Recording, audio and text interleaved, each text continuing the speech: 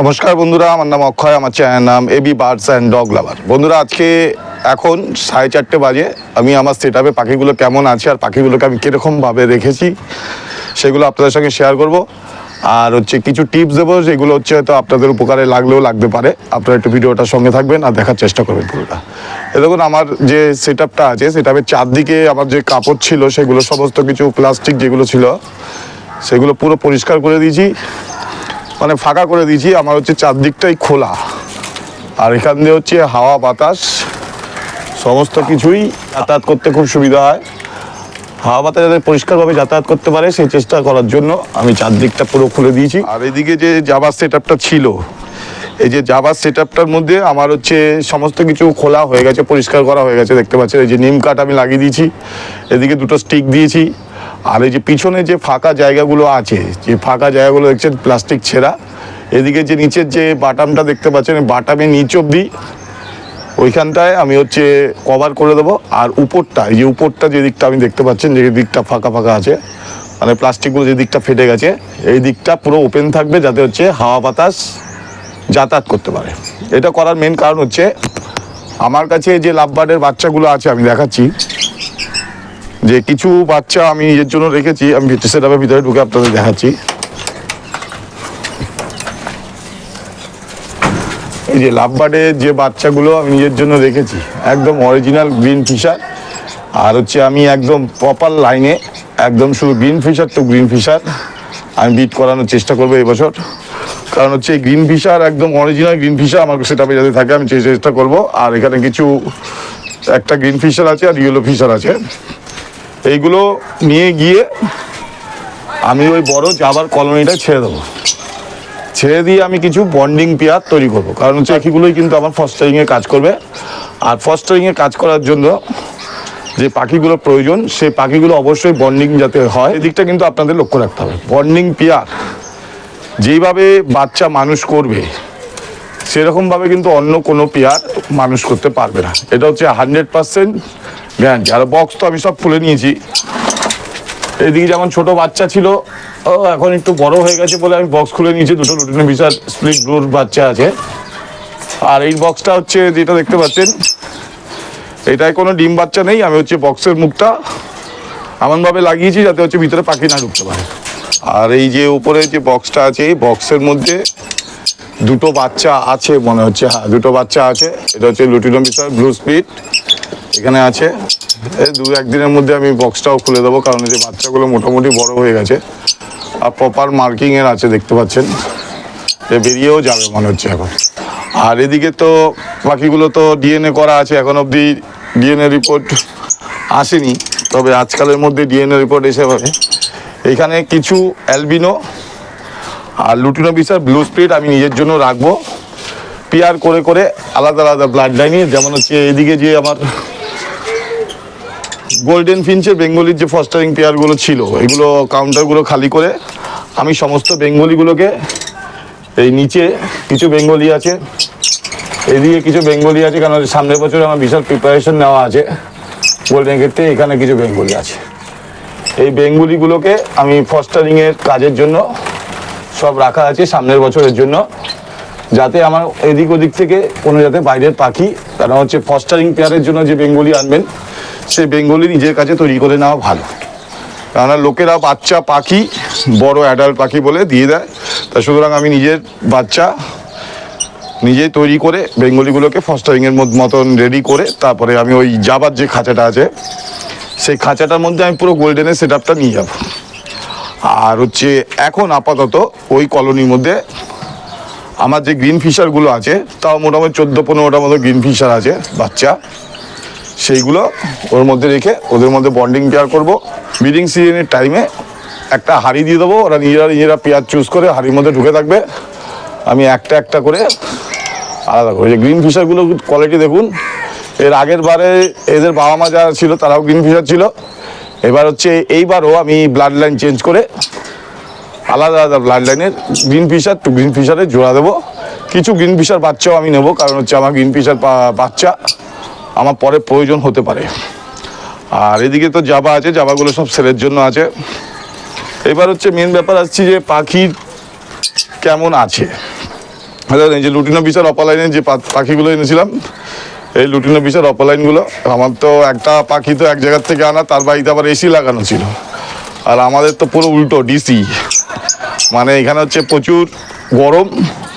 আর হচ্ছে উপরে তো আমার টিনের সিট, দেখতে পাচ্ছি এখানে উপরে তাপটা পুরো আসে। তবে একটা বাচুয়া আমার এখানে হচ্ছে হাওয়া বাতাসটা সুন্দরভাবে খেলতে পারে, এই একটা ফেসিলিটি আমার আছে। তবে একটা কথা বলি যে আমাদের ঘরে যে সমস্ত এরকম ধরনের সেট আপের যাদের পাখি আছে, তাদের বাড়ির পাখি কিন্তু প্রচণ্ড হাঁড়ি হয়। কারণ হচ্ছে এখানে রোদ, ঝড়, বৃষ্টি, শীত সব কিছু কিন্তু এরা সারা বছর প্রতি সিজন এরা গায়ের মধ্যে নিয়ে বেঁচে থাকে। তা সুতরাং হচ্ছে এদের রোগ প্রতিরোধ ক্ষমতা প্রচণ্ড বেশি হয়। আর হচ্ছে আমার এই অ্যালবিনো কিছু, মানে আমার অ্যালবিনো টু অ্যালবিনো পেয়ার নেই। এই বছর আমি অ্যালবিনো টু অ্যালবিনো পেয়ার করার খুব ইচ্ছা আছে। আর হচ্ছে এই যে অ্যালবিনো দেখতে পাচ্ছি একদম super quality, super size albino. এই হচ্ছে একটা খোপের অ্যালবিনো আছে, মানে এক জায়গার। এইটা হচ্ছে আরেক খোপের আছে, মানে দুটো আলাদা আলাদা ব্লাড লাইন। আর এই দিকে একটা আছে, এটা হচ্ছে আরেক জায়গার একটা অ্যালবিনো আছে, এটা হচ্ছে আরেক লাইনের অ্যালবিনো। মানে অল টোটাল 2, 2, 4, আরেকে 5টা অ্যালবিনো আছে। এগুলো আমি ব্লাড লাইন চেঞ্জ করে জোড়া দেব। আর হচ্ছে এদিকে আছে লুটিনো পিসার আছে, ব্লু স্প্লিট, প্রপার মার্কিং, এর সাথে কিছু অ্যালবিনো ক্রস করে আমি জোড়া দেবো। সমস্ত জোড়া এটার মধ্যে থাকবে। এইটার মাঝখানে যে পার্টিশনটা আছে, পার্টিশনটা খুলে দিয়ে একটা খোপে আলাদা আলাদাভাবে রাখবো। কেউ যদি কিনতে চায় তো কিনলো, আমার যদি দামে পোষায় তো বিক্রি করব, আর তা না হলে আমি নিজের জন্য রেখে দেবো। কারণ হচ্ছে আমার যে এখানে বিট করেছিল, আমার মোটামুটি 2 জোড়া 4 জোড়া আমার এটাই ছিল। এই যে এই পেয়ারটা এত সুন্দর বাচ্চা, এরা মানে ডিম কোনো মানে না জমার কোনো ব্যাপার নেই। এই একটা পেয়ার, আর হচ্ছে এই একটা পেয়ার ছিল, আর একটা ছিল নিচে এই একটা পেয়ার, এই একটা পেয়ার, 3 পেয়ার, আর হচ্ছে এই একটা পেয়ার। এগুলো মল্টিংয়ে পড়ে গেছে পেয়ারটা। এই একটা পেয়ার, মানে 4 জোড়ার থেকে মোটামুটি আমি তাও 40 থেকে 45টা রেড আইয়ের বাচ্চা পেয়েছি। আর হচ্ছে সমস্ত কিছুই তো আমি ভিডিওর মাধ্যমে আপনাদের সঙ্গে শেয়ার করেছি, এখানে কোনো লুকোচুরির ব্যাপার নেই। আর এত সুন্দর রেজাল্ট পাওয়ার মেন কারণ হচ্ছে এদের হচ্ছে ব্লাড লাইনটা হচ্ছে স্ট্রং, মানে হচ্ছে জিনগতভাবে এদের বাবা মা সমস্ত কিছু আলাদা আলাদা ব্লাড লাইনে জোড়া দেওয়াতে আমার এই পাখিগুলো ব্লাড লাইনটা স্ট্রং হয়েছে। এটা কিন্তু পাখি করতে গেলে সব থেকে প্রয়োজন। আর এদিকে নিয়ে এসছি দেখুন, এদিকে সব লুটিনো পিসার অফলাইন আছে। একটা আছে ডেক অফলাইন স্প্লিডিনো, একটা হচ্ছে লুটিনো পিসার অফলাইন, তো লুটিনো পিসার অফলাইন, আরেকটা হচ্ছে লুটিনো পিসার স্প্লিট অফলাইন। এই 2 পেয়ার আমি হচ্ছে নিয়ে এসেছি, এবং হচ্ছে 4টে পাখি 4 জায়গা থেকে নিয়ে এসেছি। এবার হচ্ছে খাওয়া দাওয়ার মধ্যে আমি যেগুলো ইউজ করছি দেখুন, এখন হচ্ছে মিক্সিট যেটা দিচ্ছি। আমার অন্য সময় যে মিক্সিটটা ছিল সেখানে সূর্যমুখীর দানার পরিমাণটা অনেক বেশি ছিল, কিন্তু এখন সূর্যমুখীর দানার পরিমাণটা কমে গেছে, এর সঙ্গে সঙ্গে কুসুম দানাটা কমে গেছে। অল্প ধান দিচ্ছি, সাদা ফ্রেশ দানাটা আমি ইউজ করি। কেন হচ্ছে খাওয়া দাওয়ার দিক দিয়ে আমি সব থেকে ভালো কোয়ালিটির যে দানাটা হয় সেটাই আমি ইউজ করার চেষ্টা করছি। কারণ হচ্ছে এই দানাটা আমাদের এখানে এখন 82 টাকা কিলো, আর পাল্লা নিলে 80 টাকা কিলো করে পড়ছে। দানার দাম তো প্রচণ্ড পরিমাণে বেড়ে গেছে। তা সুতরাং দামি পাখি করতে হবে আমাদের সবারই। কারণ হচ্ছে কেউ মানে আমরা যে জায়গায় এসছি এখন, আগে 2 জোড়া 1 জোড়া পাখি ছিল, শখের বসে করতাম।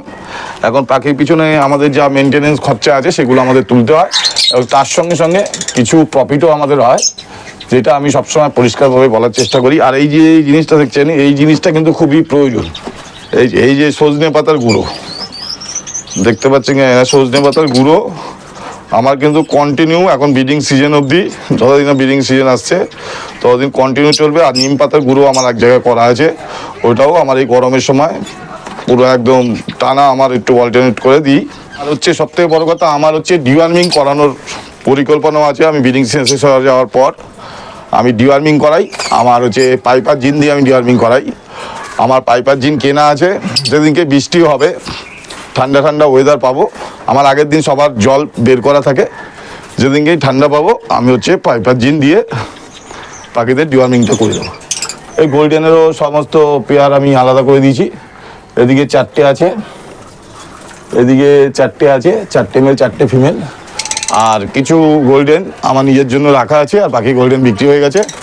সব ইয়েলো গোল্ডেন, এগুলো আলাদা আলাদা ব্লাড লাইনে রাখা আছে। আর 2 জোড়া আউলফিন্স রাখা আছে।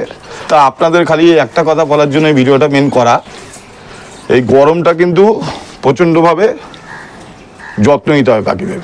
আর হচ্ছে সব থেকে বড় যত্ন এটা হচ্ছে যে পাখির ঘরে পাখিদের বেশি ডিস্টার্ব করা যাবে না। এই যে আমি এখন ভিডিও করছি আমি একা একা ভিডিও করছি বলে, অন্য সময় আমার ছেলে থাকে, ছেলের এখন পড়াশোনায় একটু চাপ আছে বলে ও আসতে পারছে না, সময় দিতে পারছে না। এর জন্য আমার ভিডিও করাটাও বেশি হয়ে উঠছে না।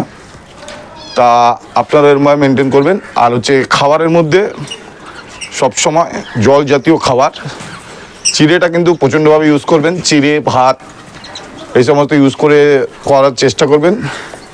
ভাত খেলে পাখির হজম ক্ষমতা ভালো থাকে। চিড়ের মাধ্যমে আপনারা জলের চাহিদা পাখি মেটাতে পারবেন। আর হচ্ছে চিড়ের মাধ্যম দিয়ে তরমুজের জল, ডাবের জল এই সমস্ত কিছু পাখিদের প্রোভাইড করার চেষ্টা করবে। গ্লুকন্ডির জল এগুলো পাখিদের প্রোভাইড করার চেষ্টা করবে, এতে কিন্তু পাখিরা সুস্থ থাকবে।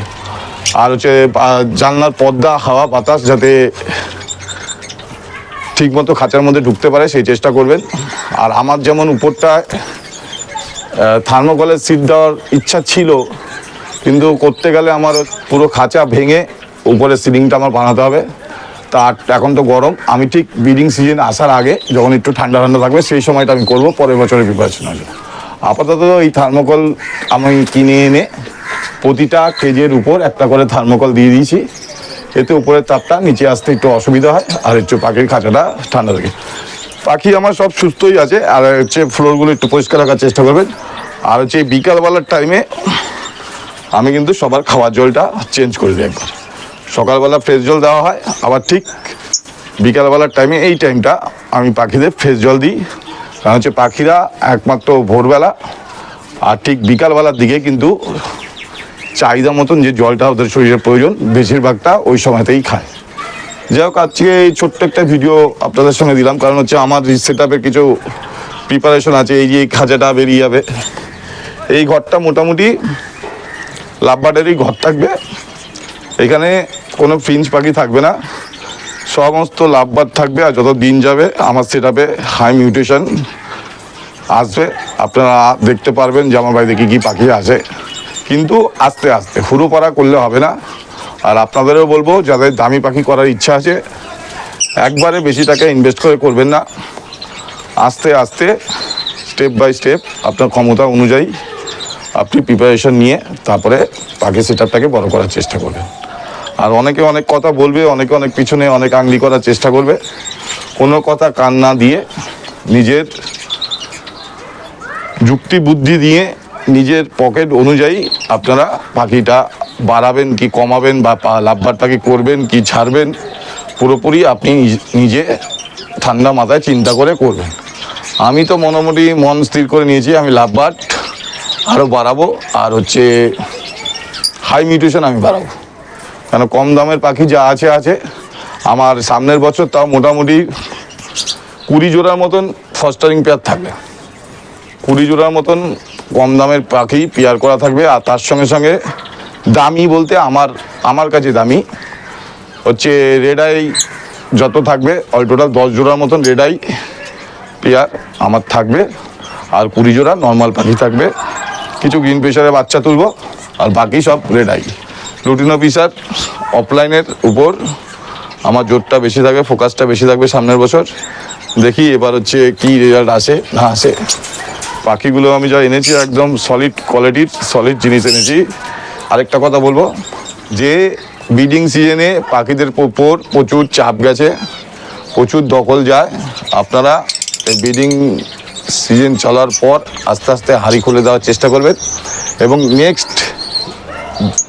নেক্সট ব্রিডিং টাইমের জন্য ভালো মতন প্রস্তুতি নেবেন। বিশেষ করে খাওয়া দাওয়ার মাধ্যম দিয়ে যদি আপনারা পাখিদের সেই চাহিদাগুলো পূরণ করতে পারেন, তাহলে পাখিগুলো ব্রিডিং টাইমে কোনো অসুবিধা হবে না। আর যাদের পাখি সফট ফুড খায় না, এখন থেকে আস্তে আস্তে সফট ফুড দেওয়ার চেষ্টা করবেন। পাখিদের ভিটামিনের দেওয়ার কোনো প্রয়োজন নেই, খাবারের মাধ্যমে পাবে। শুধু যদি পারেন একটু ক্যালসিয়াম, আর যাদের খাঁচার মধ্যে রোদ্দুর ঢোকে না তারা একটু D3 ইউজ করার চেষ্টা করবেন, তাহলে হচ্ছে D3 যে চাহিদাটা আছে পাখিদের শরীরে পূরণ হবে এবং পাখিরা ভালো রেজাল্ট করবে। ম্যাক্সিমাম আমি যা দেখলাম যে ক্যালসিয়ামের প্রয়োজনীয়তা পাখির মধ্যে প্রচুর পরিমাণে থাকে, আর সারা বছর ধরে যদি পাখিদের ঠিক মতন খাওয়ানো যায়, ক্যালসিয়াম বলুন, ভিটামিন বলুন, আমি তো খাবারের মাধ্যমে দিই, যদি দেন তাহলে পাখিদের অসুস্থ হওয়ার সম্ভাবনা খুব কম থাকে, পাখিরা সুস্থ থাকে এবং সুন্দর রেজাল্ট করে। আমার এবছর খুব ভালো রেজাল্ট হয়েছে এবং আপনাদের আশীর্বাদে আশা করি আমি ভবিষ্যতে যে পরিকল্পনা নিয়ে চলছি, কারণ আগের থেকে বেশি বড় বড় ডায়লগ মেরে লাভ নেই, করে দেখাতে হবে, কাজে দেখাতে হবে। যাই বন্ধুরা, আজকে আমাদের ভিডিওটা এখানেই শেষ করছি, আবার আসবো নেক্সট একটা ভিডিওতে, নেক্সট একটা টপিক নিয়ে। তো আজকে আমাদের এখানে শেষ, টাটা।